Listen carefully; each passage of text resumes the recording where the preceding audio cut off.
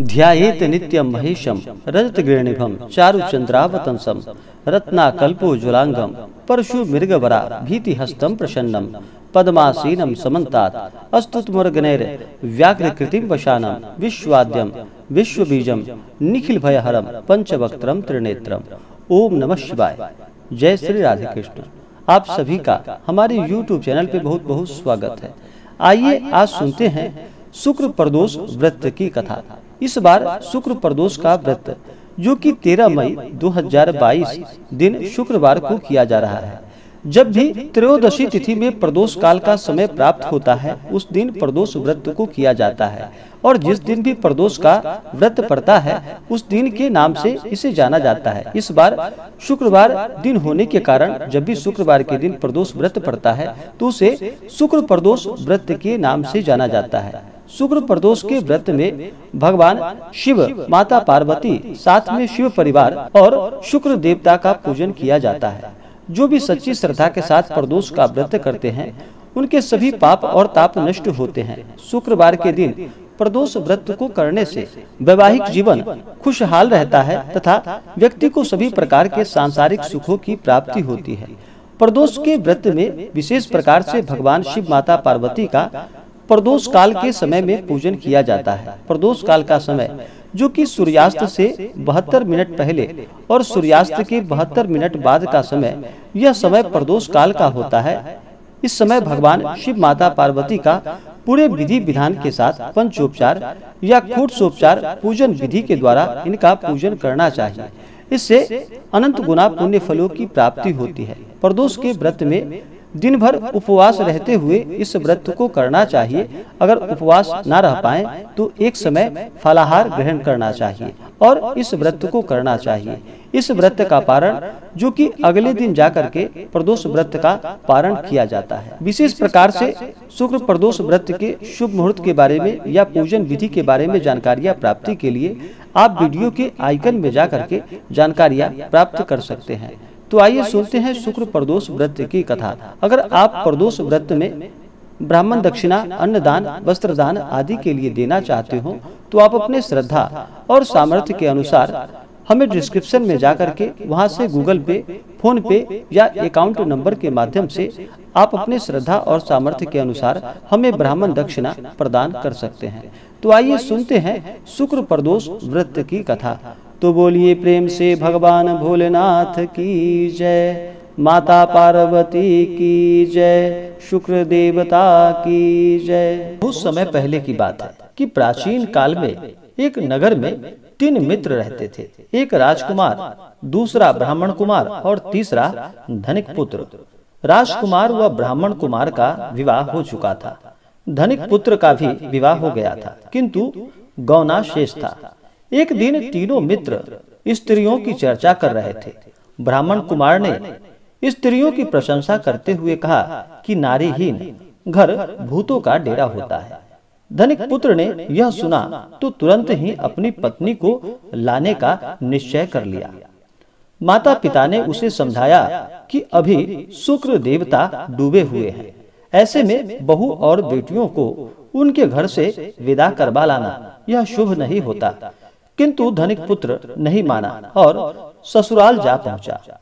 ससुराल में वहां भी उसे रोकने का प्रयास किया गया।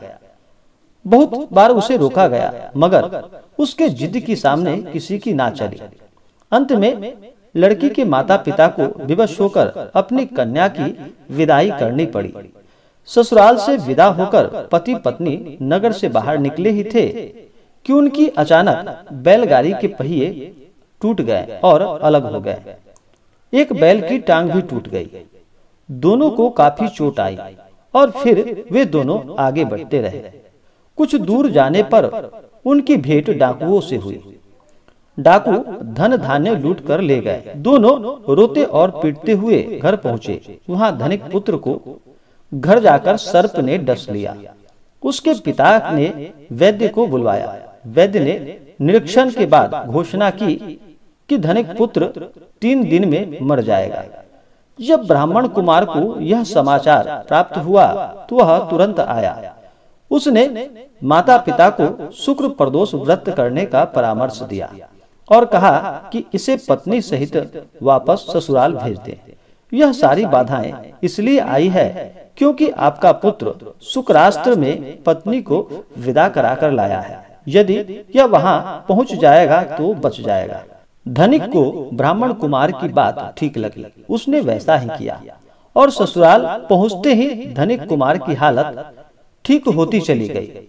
शुक्र प्रदोष के महात्म से सभी घोर कष्ट जो आया था वह टल गया। भगवान शिव की कृपा से उस धनिक पुत्र की जान बच गई और सभी प्रकार के सुख और समृद्धि की प्राप्ति हुई। हे भगवान भोलेनाथ, जिस प्रकार से आपने उस धनिक पुत्र का कष्ट दूर किया, इसी प्रकार से हे भगवान महादेव, हे भगवान भोलेनाथ, जो भी भक्त आपका प्रदोष का व्रत करे या प्रदोष व्रत का कथा श्रवण करे, हे भगवान भोलेनाथ, आप उसे और उसके समस्त परिवार को सदा खुशहाल रखना, उन्हें सदा सभी प्रकार के सुख और समृद्धि को प्रदान करना और सभी कष्टों से उन्हें दूर रखना।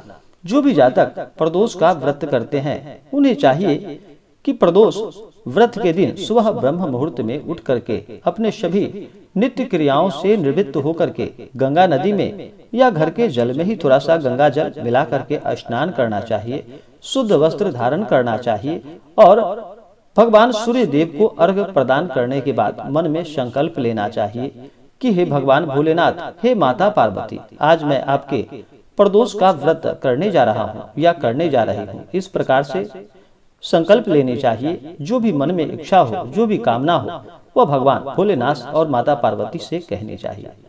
प्रदोष व्रत स्त्री या पुरुष कोई भी प्रदोष का व्रत कर सकता है। प्रदोष व्रत सभी प्रकार के सुख और समृद्धि को प्रदान करने वाला है। इसे त्रयोदशी व्रत भी कहा जाता है। इस दिन दिन भर व्रत उपवास रहते हुए इस दिन अन्न ग्रहण नहीं करना चाहिए। अगर उपवास ना रह पाए तो एक समय फलाहार ग्रहण करना चाहिए और प्रदोष काल के समय में प्रदोष काल से कुछ पूर्व ही स्नान कर ले, शुद्ध वस्त्र धारण करे। इस दिन सफेद वस्त्र धारण करके भगवान शिव का पूजन करना चाहिए। पूजन के लिए एक अच्छा सा जगह ले, उस जगह को अच्छे से पवित्र करके एक चौकी लगा करके चौकी पे भगवान के लिए सफेद वस्त्र और माता के लिए रंगीन लाल वस्त्र बिछा करके वहां पे फिर रंगोली बनानी चाहिए और उस मंडप पे भगवान शिव, माता पार्वती का प्रतिमा या फोटो रख करके पूजन करना चाहिए। अगर मंदिर में पूजन कर रहे हो तो यह और भी ज्यादा लाभकारी होता है। भगवान शिव के पूजन में सबसे पहले भगवान गणेश का पूजन किया जाता है। उसके बाद भगवान शिव के समस्त परिवार का पूजन करे और फिर माता पार्वती का पूजन करे, फिर भगवान भोलेनाथ का पूजन करे। भगवान भोलेनाथ ही एक ऐसे देव हैं जो कि अपने भक्तों के ऊपर थोड़े से जल से ही प्रसन्न हो जाते हैं और अपना कृपा बरसाते हैं।